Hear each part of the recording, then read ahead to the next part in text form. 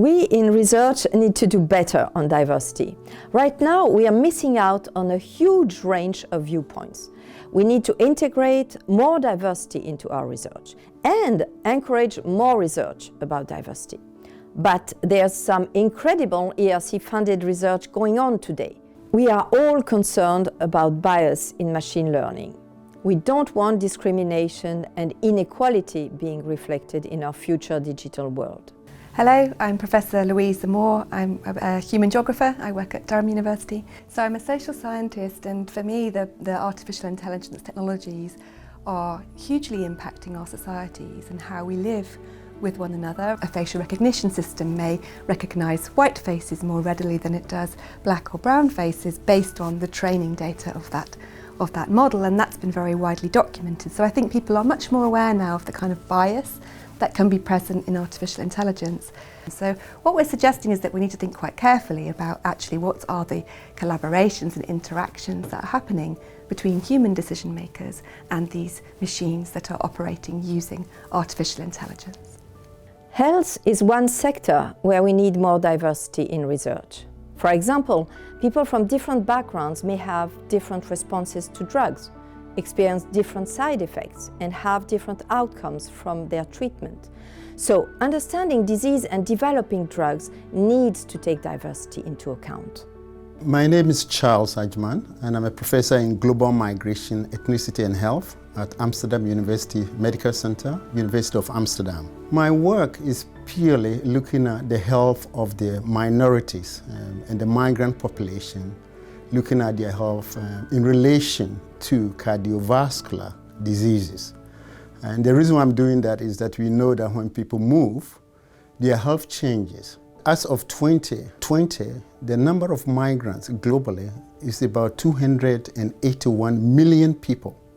And actually, if you put all these groups together to one country, it will be the 5th largest country on earth. And within Europe, you are talking about up to about 10%. You cannot have a society where a large part of the population are ignored.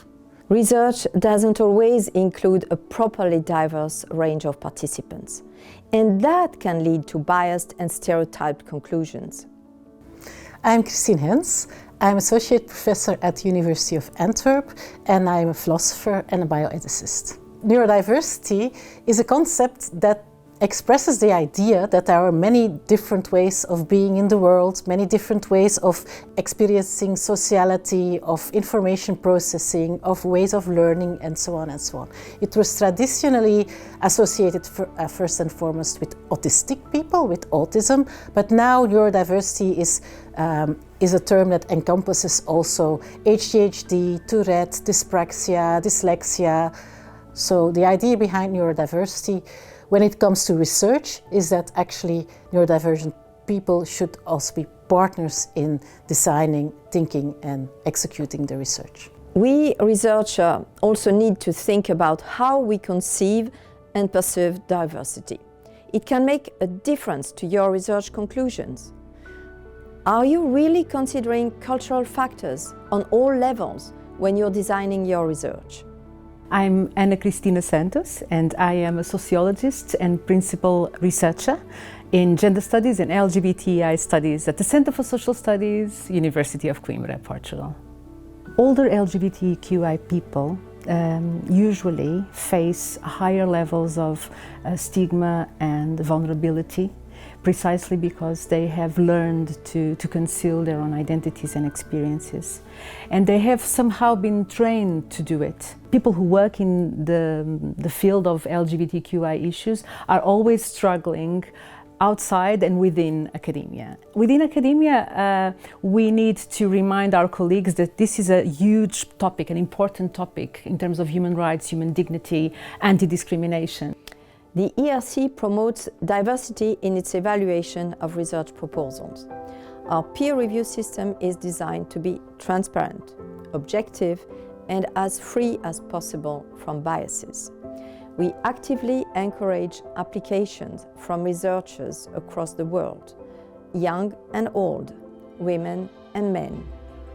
We have special rules that help people to apply if they face issues linked to maternity, paternity, or parental leave, long-term illness or disability, or seeking asylum. The ERC's Gender and Diversity Working Group, which I chair, is discussing what more we can do to promote research on diversity and diversity in research. Please join the conversation. Let us know your thoughts on our social media channel and in the comments below.